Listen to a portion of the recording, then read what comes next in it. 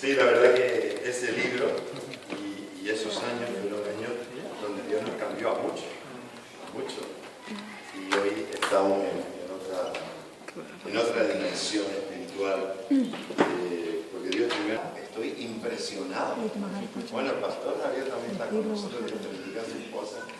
Y no sé, pero yo hoy es el primer que lo veo, pero está impresionante este sitio. Dense un aplauso, dense un aplauso.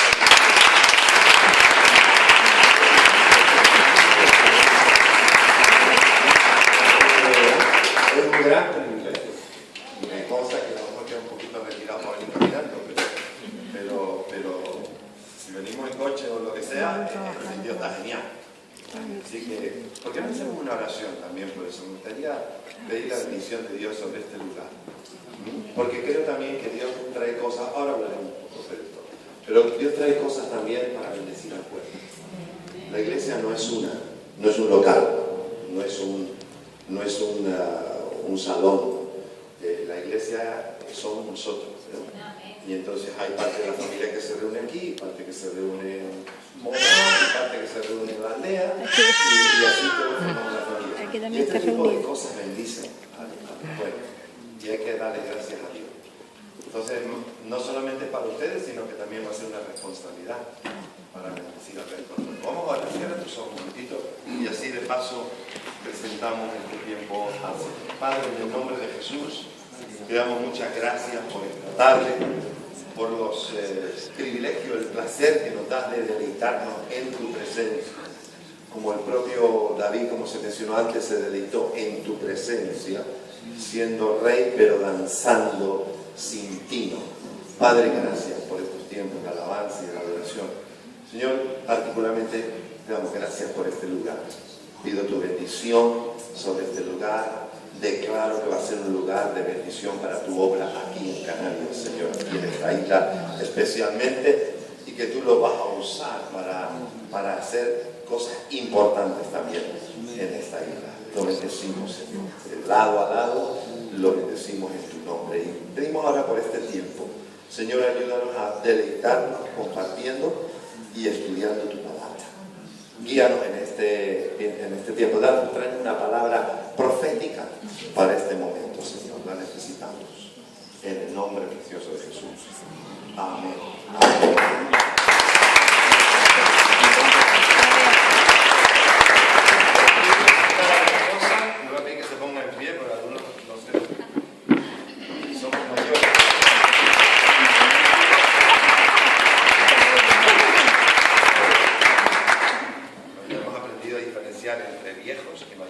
No somos viejos, somos mayores. Bueno, el Señor en este tiempo está introduciendo muchos cambios.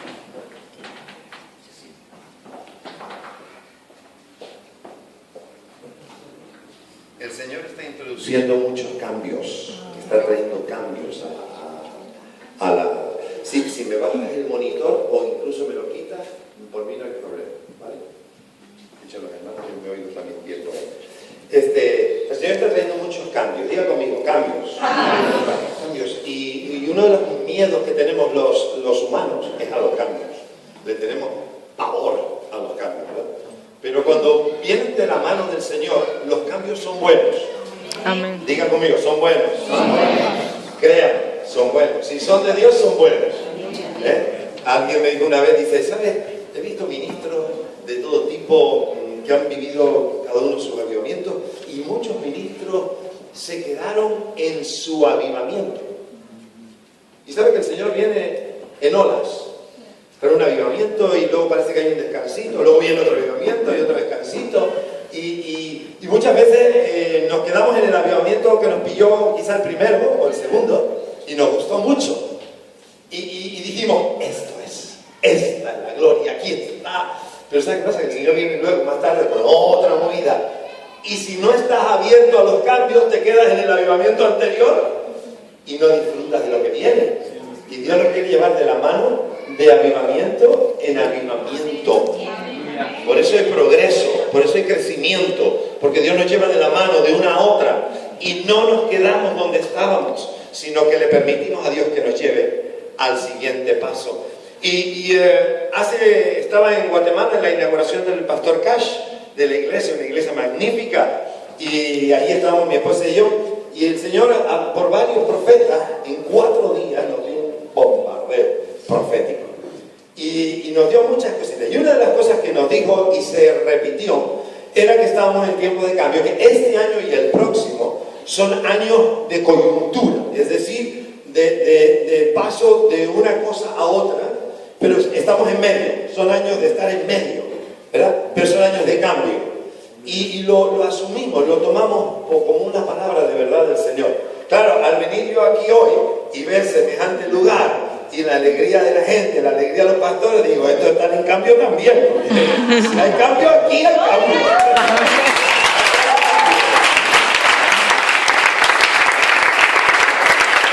Quiero que vengan conmigo al libro de Josué, porque el Señor me ha dado una palabra para compartir, no solo aquí, sino en España donde Él me lleve.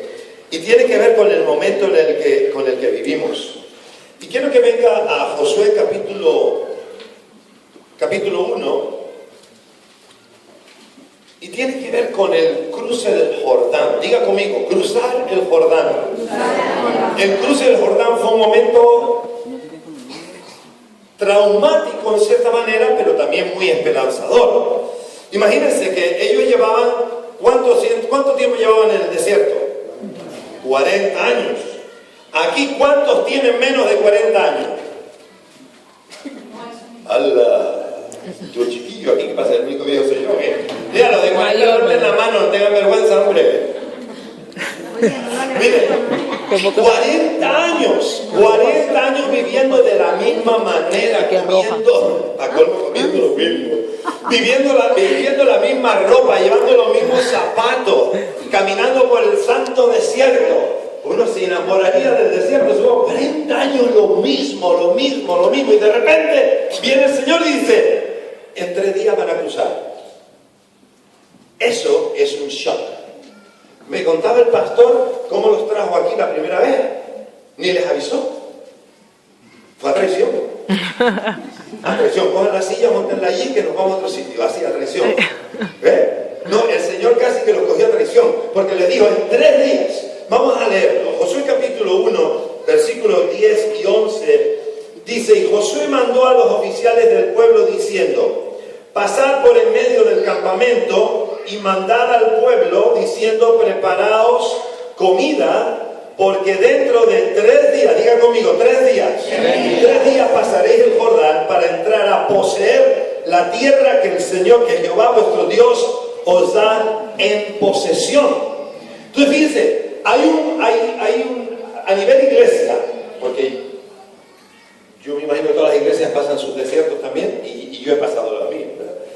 Pero a nivel personal, ¿quién no puede decir que ha estado viviendo un desierto? Quizá todavía en algunas áreas estamos viviendo algún desierto y estamos queriendo. Pero el desierto no es una etapa final. El desierto no es lo último. El desierto no es el destino. Podemos pasar por un desierto y algunos, porque el desierto se alarga, parece que el desierto era lo que Dios tenía preparado para mí. Dile que está tu vecino. No es así. Dile, no es así. El desierto jamás es nuestro destino. Jamás. El desierto tiene principio y tiene final. Y como tiene final, quiere decir que se da paso a otra cosa. Este es un momento histórico. Salen de Egipto, Dios tiene el proyecto de meterlos en la tierra prometida, ellos lo rechazan, Dios los condena a andar 40 años en el desierto hasta que muriesen todos los que habían salido de allá mayores de 20 años. Así que cuando van a entrar, todos los que eran adultos cuando salieron de Egipto no están. Han quedado solamente los jovencitos que crecieron en el desierto. Entonces, muchos de ellos nacieron en el desierto. Muchos lo único que vieron fue el desierto. Lo único que conocían el desierto. Y ese desierto se hizo largo, 40 años. Hay muchas cosas que nos pasan en la vida que se están haciendo largas. ¿Cuántos dicen amén? Amén. Hay cosas que se hacen largas. Pero escúcheme, el desierto que se haga largo, déjame decirte hoy, es solo desierto. Siempre hay una tierra prometida.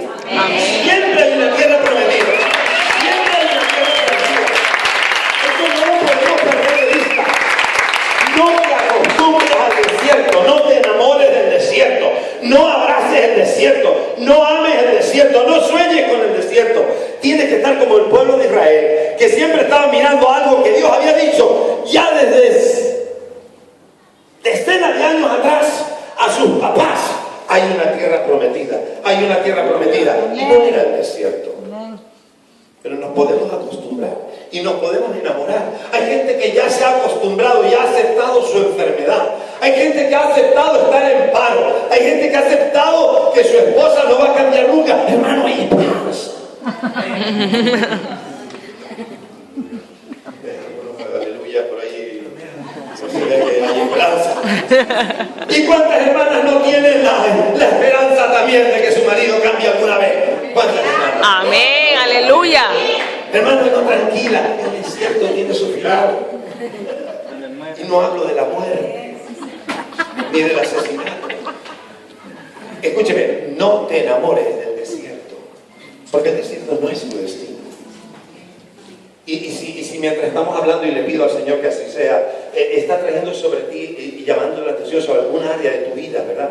Puede haber momentos, áreas de nuestra vida donde estamos bien, estamos en la conquista, estamos en la tierra prometida, pero puede ser que haya áreas de nuestra vida donde no estoy en eso, precisamente estoy en esa área, en un desierto. Dios nos ha llamado a salir de todos los desiertos. Dios nos ha llamado a vivir vidas en abundancia. A eso es lo que Dios nos ha llamado. Y por eso aquí está Josué de repente dando un mensaje que a todo el mundo lo pilla como por sorpresa. En 3 días, en 3 días. Y la gente dice, ¿cómo que en 3 días? Si llevamos 40 años en el desierto, ¿de verdad hay un cambio? ¿De verdad va a haber una tierra prometida? ¿De verdad me voy a sanar? ¿De verdad voy a conseguir un buen trabajo? ¿Cómo va a hacer eso? ¿Dónde están los buenos trabajos? Escúcheme, si un impío tiene un buen trabajo, ¿por qué no lo puedes tener tú si eres hijo de Dios? Nos hemos acostumbrado. Mira, es más, ¿sabes cómo hay gente que ora? Ay, Señor, dame un trabajito, aunque sea para mantenerme. Señor, para cubrir los gastos. Si tampoco te pido más, no te esfuerces tanto, Señor. Dame lo justo. Qué miserable el Dios al que le estamos hablando, parece, ¿no? Parece que si le pido más se va a enfadar.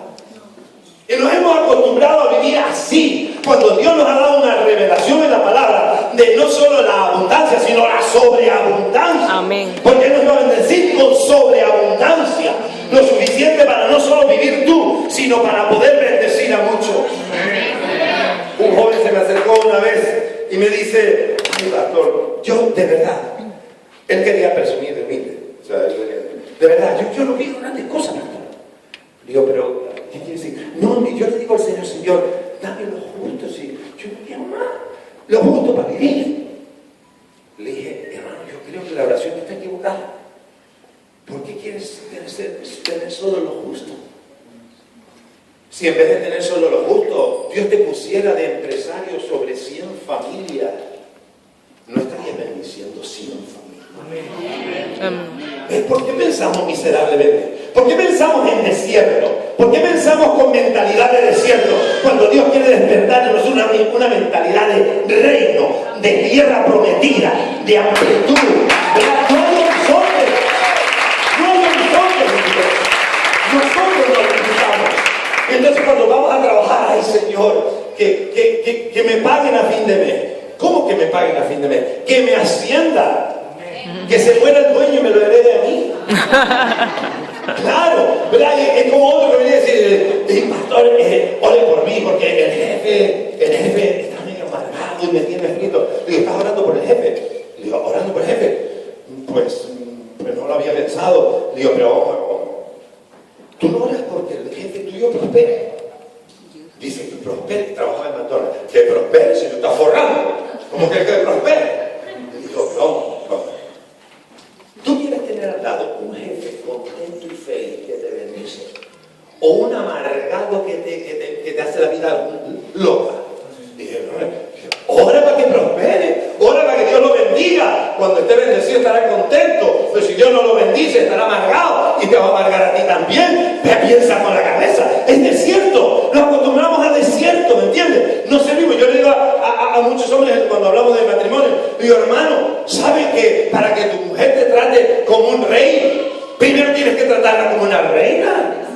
Amén. ¿Cuántas mujeres dicen? Amén. ¿Usted cree que mi mujer está contenta conmigo? No la miro, no la miro. Yo también.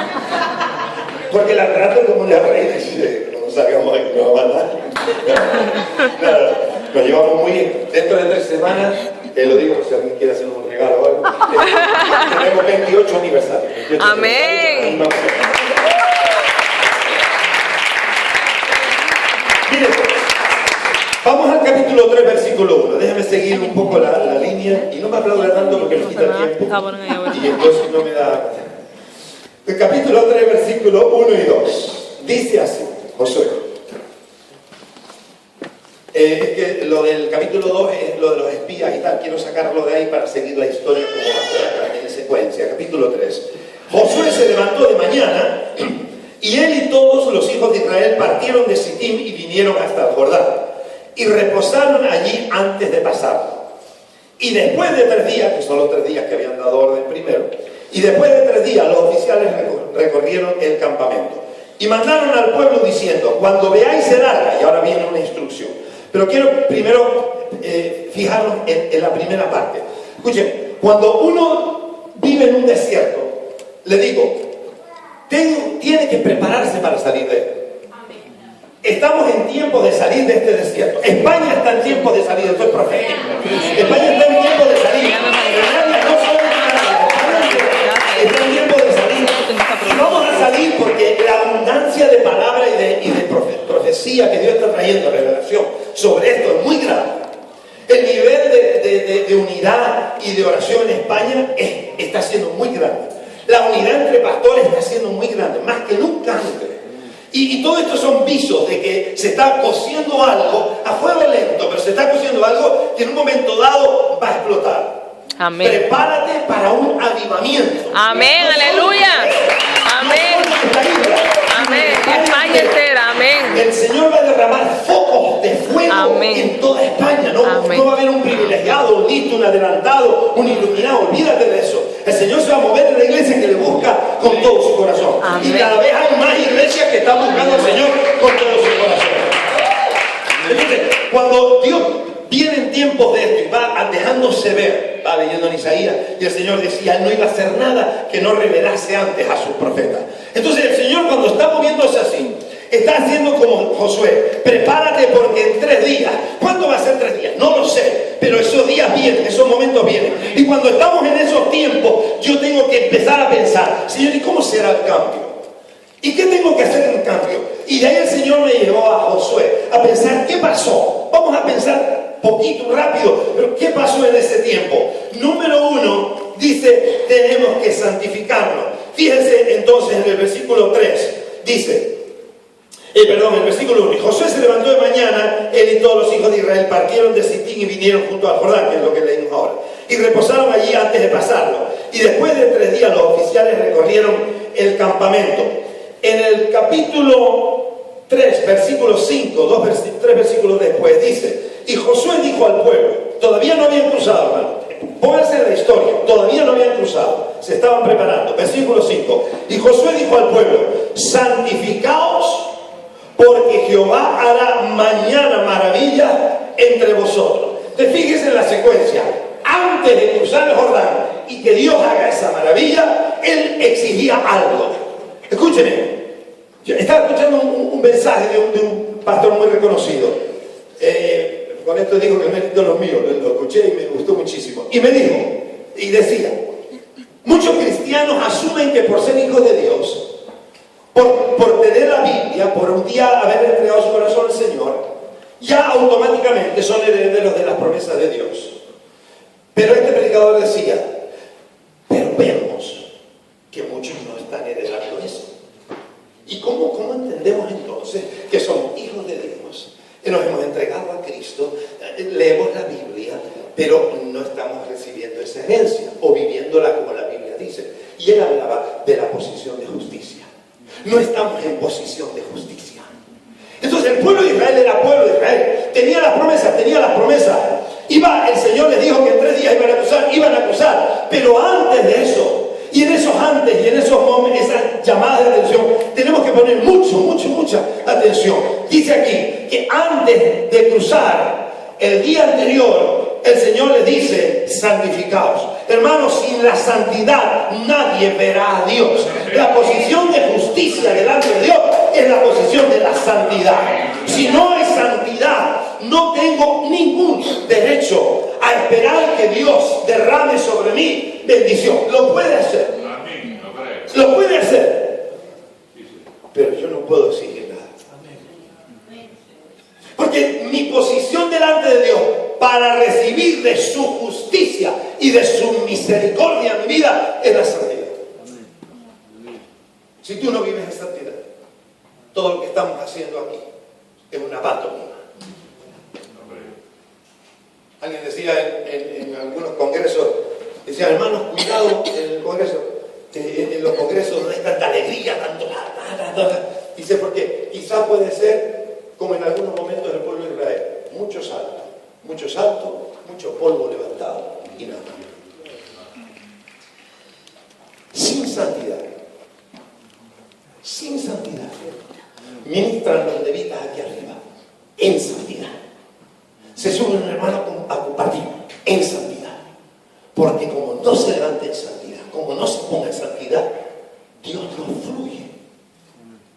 Polvo en el campamento, ruido en el campamento, pero no hay.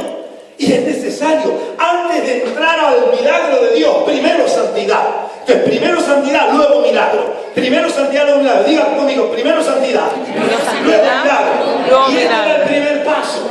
Entonces, la tierra prometida estaba allí, pero antes de entrar allí, Dios tenía que hacer algo increíble, sorprendente, algo que ellos ni entendían, ni sabían lo que iba a ocurrir. Dios no les había explicado absolutamente nada. Pero entonces, antes de entrar en el milagro de Dios, Dios le dice: primero se santifica. Y entonces ellos guardaron eso. Sin santidad no hay respaldo de Dios y no hay bendición de Dios. Déjenme leerle rapidito, no hace falta que lo busque. Marcos 1:14 dice: después que Juan fue encarcelado, vino Jesús a Galilea predicando el evangelio del reino de Dios. Y el versículo 15 dice: diciendo: el tiempo se ha cumplido. Yo creo que estamos en un momento donde Dios está diciéndole a la iglesia en España: el tiempo se ha cumplido. El tiempo se ha cumplido. Estamos al borde, estamos para entrar. Quizá algunos ya han dado algunos pasos por delante, pero estamos como iglesia en general, estamos en ese momento de cruzar el Jordán. Y dice aquí, dice: el tiempo se ha cumplido y el reino de Dios se ha acercado. Y ahora escúcheme, viene el secreto. Sin este secreto no va a haber nada. Dice: arrepentíos y creed en el evangelio. Arrepentíos y creed en el evangelio. Dice Pedro en Pentecostés, cuando él predica y termina el mensaje, la gente que estaba alrededor de él dice: Señor, ¿qué haremos? Mensaje poderoso. Y la gente se conmueve y dice: pues ¿qué haremos, Pedro? Y Pedro le dice en Hechos 2:38, dice: arrepentíos y bautícese. Hermano, un principio, antes de entrar en cualquier otra cosa, un principio, un paso previo al milagro, al poder gozar de lo que Dios tiene preparado para mí, es el arrepentimiento. Amén. Cada vez que nos reunimos para España, oramos por ti, clamamos y tal, una de las cosas que hacemos es arrepentir. Llevamos varios años conectados por internet, puestos de rodillas en toda España. Eso es impresionante. No sé si algunos estuvieron algunos allá, pero todos allí, pero es que estábamos todos de rodillas allí en Las Palmas, estamos todos de rodillas en Madrid, todos de rodillas en Galicia, en Cataluña, en todos lados. Estamos en ese momento, todo el pueblo de rodillas, para humillarnos delante de Dios y decir: Dios, estamos arrepentidos de nuestros pecados y de los pecados de esta nación. Escuche, si eso no está delante, no viene nada después. Todo empieza por ese arrepentimiento. Pedro y Juan en Hechos 3:19 dice: así que arrepentíos y convertíos para que sean borrados vuestros pecados, para que vengan de la presencia del Señor tiempos de refrigerio. Clave, hermano, clave. Quiero que venga la gloria, quiero que Dios me prospere, quiero tener un negocio poderoso, quiero que Dios me abra puertas en la política, quiero hacer cosas importantes para Dios. Previo a eso, es el arrepentimiento. Si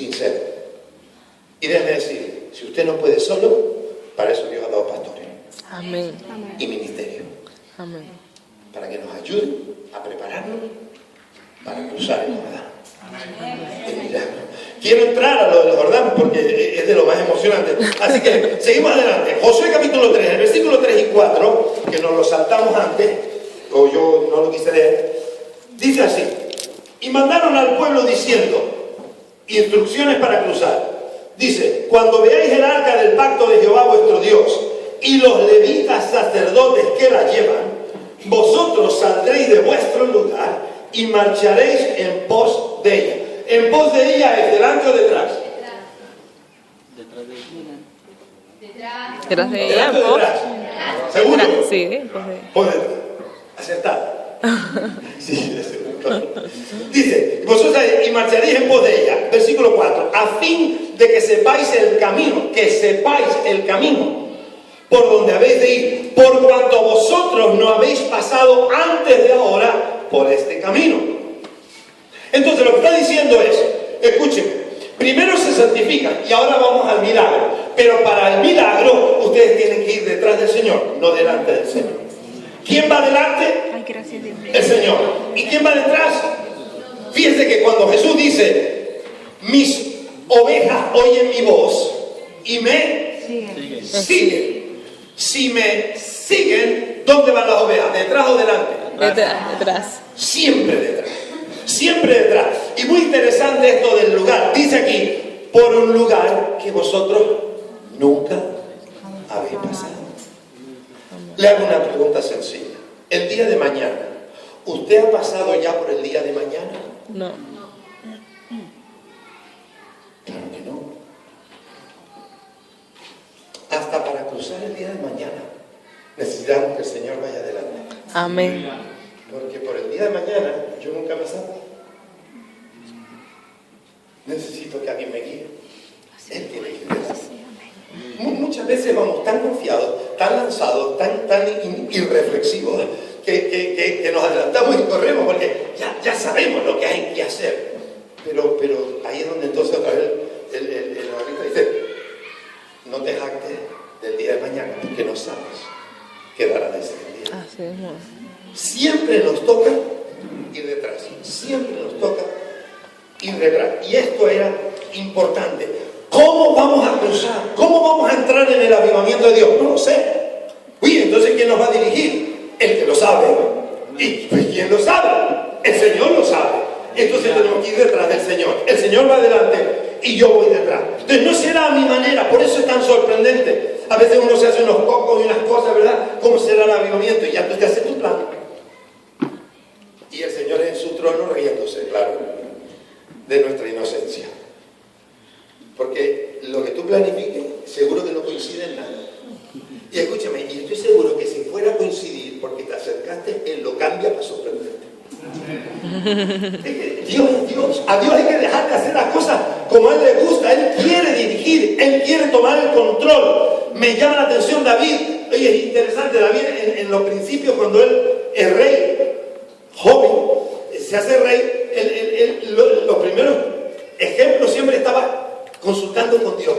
¿Voy a la batalla o no voy a la batalla? Y si vamos a la batalla, ¿a quién mandamos primero? Y tú le dejas ahí hablando como de tú a tú. A mí me gustaría hablar más de tú a tú con el Señor, gracias a este estilo. Pero él parece que le hablaba de tú a tú. Y el Señor le respondía. Entonces, eso es lo que necesitamos. Que Dios dirija nuestros pasos, porque por donde vamos a pasar y por donde vamos a entrar ese avivamiento, nunca antes habíamos pasado. Hay un texto en la Biblia que dice que sus pensamientos, en Isaías, que sus pensamientos son más altos que nuestros pensamientos. Amén. El único que conoce el camino para tener el éxito. ¿Cuántos tienen negocio? Son autónomos, viven de su trabajo. Vale. El único que sabe lo que hay que hacer en el negocio, bien, es el Señor. El único que sabe cómo va a ir tu matrimonio si te casas con esa persona, es el Señor. El único que sabe con quién te tienes que casar, es el Señor. Dios necesita sentir que lleva la dirección de tu vida. Y la iglesia de España está aprendiendo a hacer eso. A buscarle más a Él para que Dios traiga la próximo paso. Amén. Esto es lo que necesitamos a nivel personal y a nivel de iglesia también. Para que ocurra lo que todos queremos, y es la tierra prometida. Porque di conmigo, el desierto tiene su fin. Tiene su Y fin. yo quiero la tierra prometida. La tierra prometida. Hermano, escúcheme, detrás de cada desierto hay una tierra prometida. Amén. Gracias. Ilusiónate con eso. Si estás pasando lo mal en algo, quiero decirte, eso es un desierto. Y todo desierto tiene un fin. Y detrás del desierto la tierra prometida. Amén. Y eso tienes que agarrarlo y defenderlo. Porque el diablo vendrá para debilitar tu fortaleza, para minar tu fuerza, tu estabilidad. Y querrá que te caigas y derribarte y pararte. Pero si tú te agarras a lo que el Señor te ha dicho, no importa enfermedad, no importa debilidad, no importa crítica, el Señor te va a sacar a la tierra. Aleluya, santo. Aleluya. Ahora siempre el arca delante. Diga conmigo, el arca delante. El arca No adelante. pierdas de vista el arca. ¿Sabes cuando la pierdes? El arca. Cuando lo adelantas. Porque sigues mirando para adelante y ya no la ves. Ese es el único momento cuando la pierdes. Entonces no la pierdas. Tú siempre detrás y mirando para adelante y haciendo lo que Él te diga. Te va a ir muy bien. Ahora quiero llegar al cruce del Jordán. Josué capítulo 3, versículo 14. Leemos desde ahí. Dice: y aconteció cuando partió el pueblo de sus tiendas para pasar el Jordán, con los sacerdotes delante del pueblo llevando el arca del pacto, cuando los que llevaban el arca entraron en el Jordán, y los pies de los sacerdotes que llevaban el arca fueron mojados a la orilla del agua, porque el Jordán suele desbordarse por toda su orilla todo el tiempo de la siega. Las aguas que venían de arriba, escuche este milagro, las aguas que venían de arriba se detuvieron como en un montón bien lejos de la ciudad de Adán, que está al lado de Zaretán, y las que descendían al mar de Araba, al mar salado, se acabaron, porque se fueron para abajo y se acabaron. Y así fueron divididas, y el pueblo pasó en dirección a Jericó. Escúcheme, el Señor va a hacer, cuando seguimos sus pasos, su instrucción, Dios va a hacer el milagro. Dios va a hacer la parte que le toca. Escúcheme, ¿usted cree que Dios quiere que en España se viva como se está viviendo? No. ¿Usted cree que, y no creo que, no hace falta echarle mucha imaginación a esto, ¿usted cree que de verdad Dios está contento como la iglesia en España está viviendo? Lógicamente no. ¿Usted no cree que se podían hacer las cosas mejor? ¿Usted no cree que la iglesia de Cristo podía haber crecido mucho más?